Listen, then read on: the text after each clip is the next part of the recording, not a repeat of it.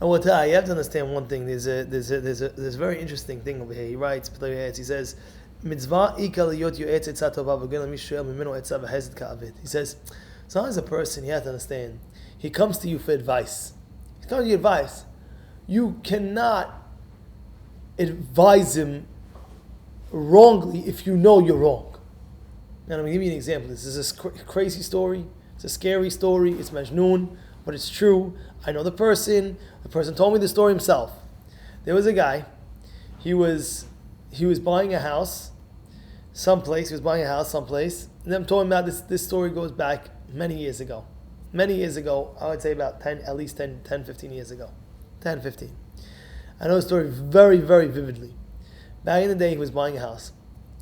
And the house was a little further out, like let's say 10 blocks where he really wanted to be, 10 short blocks, like the avenue block, the east blocks.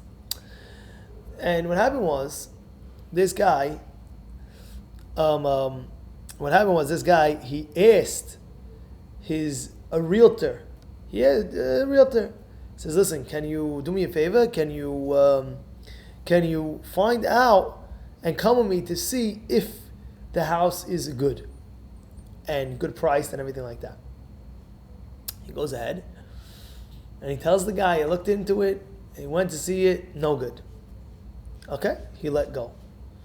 All of a sudden he finds out who actually bought the house. The same person bought the house. This is a true story. He told me this same person. He's like, "What? I can't believe it. What's going on?" He called him out. Like, "No, at the time when he's made a whole thing. At the time when I saw it, wasn't good. Now I changed my mind. I say, no, it's good."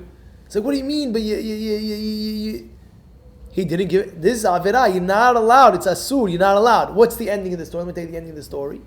The end of the story is the best, because I'll tell you what happened. This person that really was the original person that was supposed to buy the house, he comes back and he says, "Wait." He says, "What am I going to do now? I need a house." Ended up the exact block where he wanted originally the whole entire time. A house popped up, almost the same exact price, a little bit more, and he was able to buy that house, and now he's living on that block that he really always wanted to live. Now he's living on that block that he always wanted to live on the whole entire time. Yeah, you're right. The ending of the story was great. It happened to be that he was able to buy at the time at the right spot where it was, and the whole thing was min hashamayim. But the original the person that gave him bad advice, he has to understand that we do tshuva, he has to do tshuva, and of course, ya'atznu etzot ra'ot. Don't give bad advice. Now, if you don't know, you don't know. You tell the person, "Listen, I'm very happy." A lot of times a person needs to go ask advice for everything, for things in life. What should I do here? What should I do there? And it's smart to do that, because people already done that, so they know exactly the ropes. Do this, do that, do that, do that, do that. And a lot of times in your life, you want to decide, should I do this or should I do that? So you go to people that are more experienced. Now, when you go to people that are more experienced, which again, is just a smart thing to do, and you should do that because it's smart to do that, the person that's giving you the advice, he has to be very careful. If he doesn't know, he says, "I don't know." If he knows and he says, good. But if you're going to trick the person, you're not going to give him machshol to somebody else. You can't give him machshol and say, "Oh yeah, do this and that." No, you're not allowed to do that. Yeah, let's know it's sort of you give him bad advice. And this is two lessons that we're learning from here. One lesson we're learning is that you should.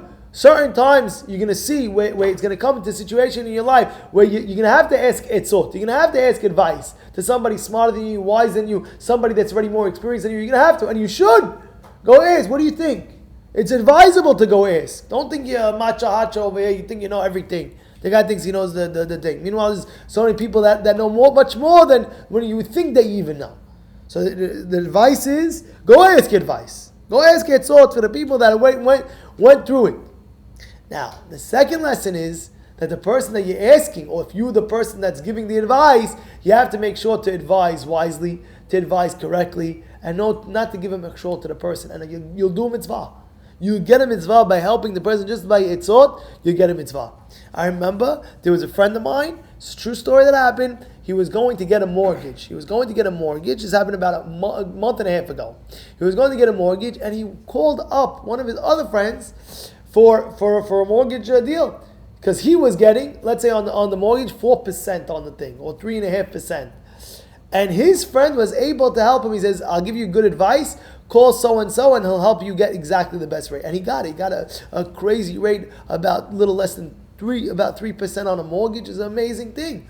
And what had all this because he was smart enough to say, let me go, somebody more experienced than me, that knows more than me in this situation, let me go ask. And he did, and he got the advice. And guess what? The person that was giving him the advice called me up and said, by the way, Rabbi, I'm so happy that I was able to help so-and-so. Thanks for giving him my number, because this is what I love to do. He got a mitzvah for helping, and he was smart enough to ask. So again, this is a lesson in life that we understand.